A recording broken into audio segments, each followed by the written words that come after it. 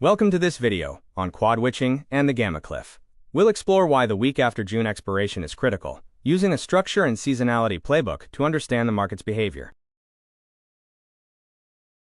First, let's clarify that it's quad witching, not just a twitchy market. It's the final OpEx of Q2, where 4 classes of derivatives expire simultaneously.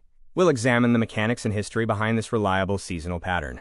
Our video is broken into 4 pillars: the mechanics of quad witching, the math behind the VIX, a historical backtest of expiration periods, and the specific levels for the SPX, QQQ, IWM, and the VIX. Let's dive into our first pillar, the mechanics. What is quad witching? It refers to the expiration of 4 different contract classes and the specific dealer positioning that disappears when they expire. Quad witching occurs on the 3rd Friday of March, June, September, and December. Because many global contracts also settle at this time, it acts as a massive, synchronized liquidity event. Why does this matter? Because trillions in notional value roll off in a single day. The witching hour, the final hour before the close, is when the settlement scramble peaks, leading to outsized volatility. Understanding dealer gamma is essential. Long gamma, or positive GEX, suppresses movement and, pins price. Conversely, negative GEX amplifies movement, often acting as a trapdoor for market trends. Expiration removes the market's cushion. When contracts expire, that positive gamma pin disappears, often leaving the market vulnerable. This is the essence of the gamma cliff we watch for after expiration. Next, we examine the setup heading into this specific Friday.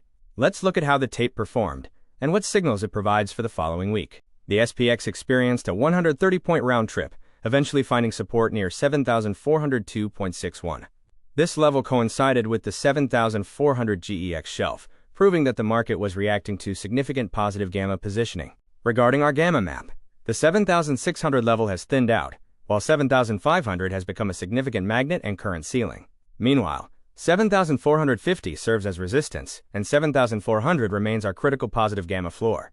The real danger lies in the week after expiration. We are tracking negative GEX clusters between 7,300 and 7,335. If 7,400 fails to hold, these areas become the primary targets as the gamma cliff takes effect. Finally, the VIX. It rallied to 19, testing the top of its channel. It is important to note that we are in a higher flow regime compared to past years, so don't expect a quick return to lower volatility levels. To wrap up, the overnight futures rip was a classic, tree shake. As we head into expiration, remember that gaps often fade. Use these insights to manage your risk effectively as we move through this volatility event. Moving to the second pillar, the math. We'll look at the implied move. The options market is currently pricing a 1 sigma reality check around 7,400. We use the rule of 16. The VIX is an annualized number. Divide by approximately 16, representing the square root of 252 trading days, and you get the market's implied daily move. At a VIX of 19, this suggests an implied daily move of about 1.19%, or roughly 88 points in the SPX. Anything inside this range is effectively market noise. This creates a 1 sigma weekly envelope. Roughly 2/3 of the time, the SPX should finish the week between 7,205 and 7,595. Your edge is identifying which edge to press. It's all about asymmetry. Before Friday, dealers are long gamma, and realized volatility is usually low. After Friday, the cushion is gone, and realized volatility can expand rapidly. Our third pillar is the backtest. We'll look at the history of June OpEx, examining the 2 weeks before, the day of, and the week after. We are running 4 windows: the run-up, the day itself, the expiration week, and the week after. We'll add a 30-day overlay to see the full arc. Window 1 is the run-up. Historically, the S&P 500 has tended to grind higher by about 0.58% over the 5 sessions before expiration. However, 2026 presents a wrinkle. We didn't drift higher into this event. We walked in weak with a gap fill, a 130-point flush, and red small cap performance. Window 2 is expiration day itself. It has a documented tendency to finish lower. In fact, the last 3 witching Fridays have all closed in the red.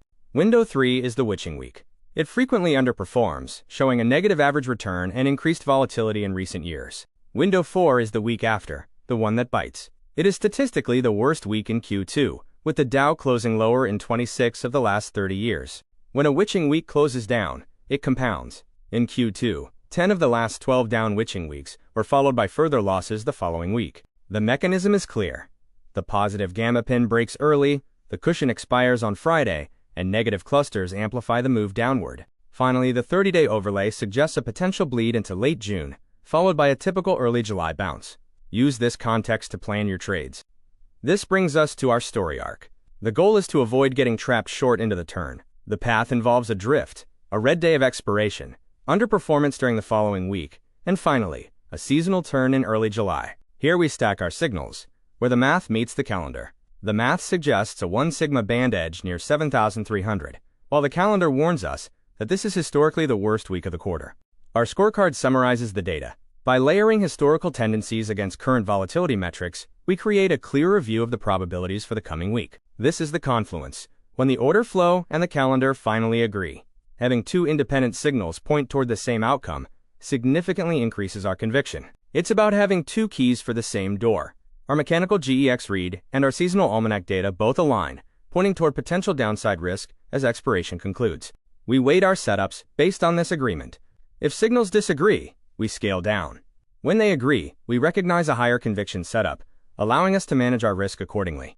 The thesis is simple. The pin is the bait, and the cliff is the trade. We aren't calling for a collapse, but rather a probability-weighted lean towards selling strength into the expiration window. Now we examine the levels across the board. We will break down the SPX, QQQ, IWM, and the VIX, identifying the critical zones for both the bull and bear cases. For the SPX, 7,400 remains the pivot.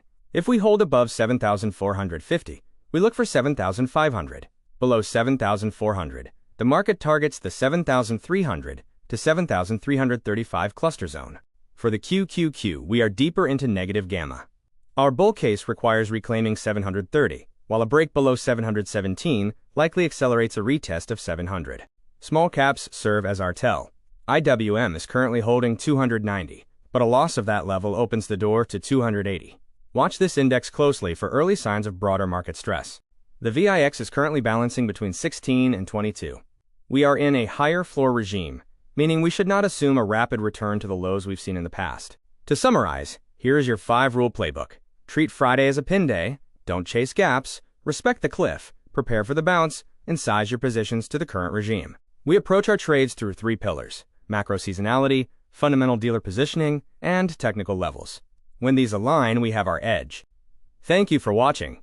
Remember, dull entries miss the mark, but with the right discipline, you can navigate these market shifts effectively.